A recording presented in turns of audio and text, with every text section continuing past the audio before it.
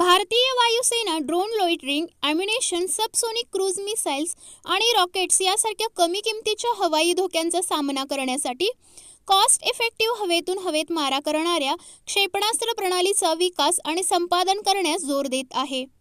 आधुनिक युद्धाच्या विकसित रणनीती ओळखून भारतीय वायुसेनेने जमिनीवरून हवेत मारा करणाऱ्या क्षेपणास्त्र प्रणालींच्या मर्यादा ओळखून घेतल्या आहेत.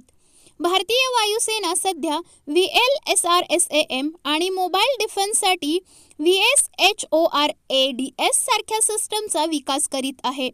पण या सिस्टीम्स अधिक खर्चिक व उत्पादनात वेळखाऊ आहेत. त्यामुळे भारतीय वायुसेना कमी खर्चिक आणि ट्रक हेलिकॉप्टर आणि लढाकू विमान अशा सर्व प्लॅटफॉर्मवरती डिप्लॉय करता येतील अशा इंटरसेप्टर मिसाईलच्या विकासावर भर देत आहे. प्रामुख्याने हवेतून हवेत मारा करण्यासाठी वापरल्या जाणाऱ्या या इंटरसेप्टर मिसाईल्सची रेंज 25 ते 30